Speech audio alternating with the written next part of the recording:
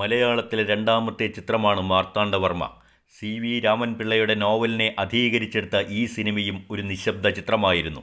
തിരുവിതാംകൂർ യുവരാജാവായിരുന്ന മാർത്താണ്ഡവർമ്മ എട്ടുവീട്ടിൽ പിള്ളമാരെ കീഴടക്കി രാജസിംഹാസനമേറുന്നതാണ് കഥ. നിശബ്ദ ചിത്രമായതിനാൽ സീൻ ഓരോന്നിലും എന്താണുള്ളത് എന്ന് ഇംഗ്ലീഷിലും മലയാളത്തിലും എഴുതി കാണിച്ചിരുന്നു.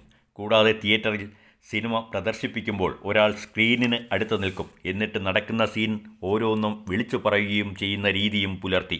1931 പ്രാരംഭ പ്രവർത്തനങ്ങൾ തുടങ്ങി 1932 ചിത്രീകരണം ആരംഭിച്ച മാർത്താണ്ഡവർമ്മ 1933 പ്രദർശിപ്പിക്കുവാൻ തുടങ്ങിയത്. തിരക്കഥയും സംവിധാനവും PV റാവുവിൻ്റേതായിരുന്നു. JC ഡാനിയലിൻ്റെ ബന്ധു കൂടിയായ R സുന്ദർരാജായിരുന്നു നിർമ്മാതാവ്. തലശ്ശേരിക്കാരൻ ആണ്ടി നായക വേഷമായ മാർത്താണ്ഡവർമ്മയെ അവതരിപ്പിച്ചു. താരനിരയിൽ AVP Menon, Pattammal, Devaki Bhai, V Naik, Sundarrajan, A Sankara Menon, Krishna Menon എന്നിവരുണ്ടായിരുന്നു. വിഗതകുമാരൻ പ്രദർശിപ്പിച്ച ക്യാപിറ്റോൾ തിയേറ്ററിൽ തന്നെ മാർത്താണ്ഡവർമ്മയുടെ ആദ്യ പ്രദർശനവും നടന്നു. എന്നാൽ മാർത്താണ്ഡവർമ്മ നോവൽ പ്രസിദ്ധീകരിച്ച കമലാലയം ബുക്ക് ഡിപ്പോ കേസ് കൊടുത്തതോടെ പ്രദർശനം നിർത്തി. Film print ഡിപ്പോക്കാരുടെ കസ്റ്റഡിയിലായി.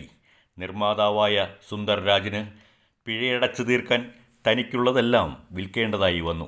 അക്കാലത്ത് ഇന്ത്യയിൽ പല സ്ഥലത്തും ശബ്ദ സിനിമകൾ ഇറങ്ങിക്കഴിഞ്ഞിരുന്നു. എങ്കിലും സിനിമാ ചരിത്രത്തിൽ മാർത്താണ്ഡവർമ്മയ്ക്കും തനതായ സ്ഥാനമുണ്ട്. മലയാളത്തിലെ സാഹിത്യകൃതി ആദ്യമായി സിനിമയായതും പകർപ്പവകാശത്തിൽപ്പെട്ട് കേസിൽ കുടുങ്ങിയ ആദ്യ സിനിമ എന്നതും സിനിമാ രംഗത്തെ ആദ്യ പ്രണയ ജോഡികൾ നായിക ദേവകീഭായിയും നിർമ്മാതാവ് സുന്ദരവും എന്നതും ആദ്യ ചരിത്ര സിനിമ എന്നതും ഈ സിനിമയുടെ പ്രത്യേകതകളായി കണക്കാക്കപ്പെടുന്നു.